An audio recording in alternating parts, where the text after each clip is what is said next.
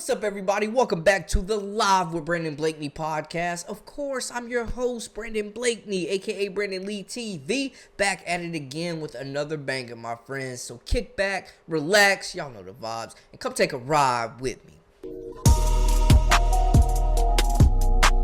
You are now locked into the Live with Brandon Blakeney podcast. Here is your host, Brandon Blakeney. Since the loss to South Carolina, LSU has been running rampant, and they've been playing some of the best basketball we've seen all season. We know it starts with that big three of Anissa Morrow, Michaela Williams, and Flau'jae Johnson, who have been three of the best players at their position respectfully. We know that they're going to come out and lead the way against Mizzou, a team that's middle of the pack. They are 10-5 at home, though. I'm just saying, just throwing that out there. So they play tougher at home, but I'm expecting LSU to establish their dominance early in this contest, man. Mizzou does not have the firepower. They do not have the depth. They do not have enough of whatever they would need to beat LSU, man. This should be a blowout win. LSU has let teams hang with them in the first half, but they've really turned it on against lesser competition in the second half. Flau'jae Johnson should be in the Player of the Year category. Michaela Williams, the closer, whenever they've needed a big shot, a big three-pointer, like she's come in and closed it out. They're coming off a blowout win over Mississippi State. They've been handling their business, man. They've passed every test so far other than South Carolina. Like, they've lived up to the billing. I've been saying I felt like this team would be better than they were last year, more depth, and I think we're seeing some X factors too, man. Cheyenne Wilson has been really good the last couple of games, controlling the tempo, getting the ball inside, moving the basketball, and facilitating. Kaylin Gilbert, they're looking to get her back to her form where she was out here scoring 20 a game, it felt like, for that 4-game stretch. They're looking to get her back in her bag, and we saw a little bit of it last game, but her shot-making ability, her instant offense that she can provide off the bench is something that they're going to need. Big X factor, though. Jersey Wolfenbarger scored in double digits their last game, rebounded the ball well, ran the floor well.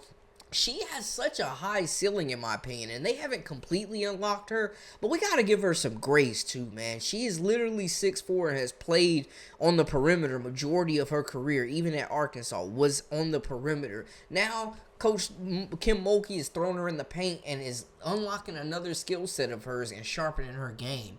I think she runs the floor well. She's a good finisher around the rim, man. I don't know if it's just I don't want to say it's effort, but maybe just her understanding the system and her capability, and also grace. She's learning a new position, so that's the main thing too. But we saw her flourish last game. I think with her being able to handle the basketball, her length, if she continue to add weight and just work on her timing with blocking shots and limit fouls, like Wolfenbarger is going to be a big part of what they're doing. And I honestly, man, I'm taking over her over Samaya Smith, who has regressed tremendously and has not looked like the same player as last year before the injury at all. Anissa Morrow is the only player averaging close to double digits of rebounding. Like, she's averaging over 14 rebounds. She's the only one even close. Like, Flau'jae's second in rebounding. Jersey Wolfenbarger, block shots, grab rebounds, run the floor hard. I think she showed patience. She showed poise. Her confidence is building, man. And Coach Kim Mulkey has a great way of bringing out the talent and the just the best out of the roster, man. We're still seeing Miracle Shepherd adjusting. That was a player who we thought would be the best perimeter defender on this team, and she really hasn't gotten a lot of minutes, battled some injuries, so you definitely want to see more from her.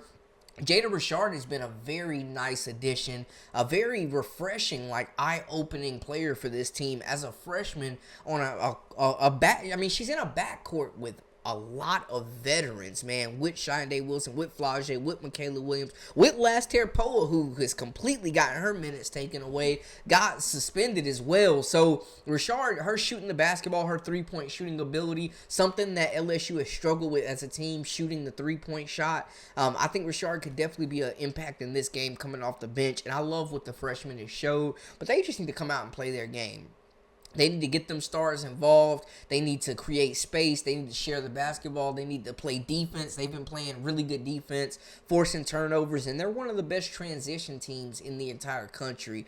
So I think if they do that, they're going to handle their business. They're going to make things extremely difficult for Mizzou, who doesn't have the guards, the ball handlers, or the firepower scoring-wise to compete with LSU. I'm expecting a blowout in this contest, man. But they're rolling right now. I think LSU has really lived up to the billing. Like, I know their fans are a very passionate fan base. They are, in my opinion, right now the second best team in the SEC. They handle business against the Oklahomas, the Tennessees. They've handled business against some of these other ranked teams. I was surprised they blew, man.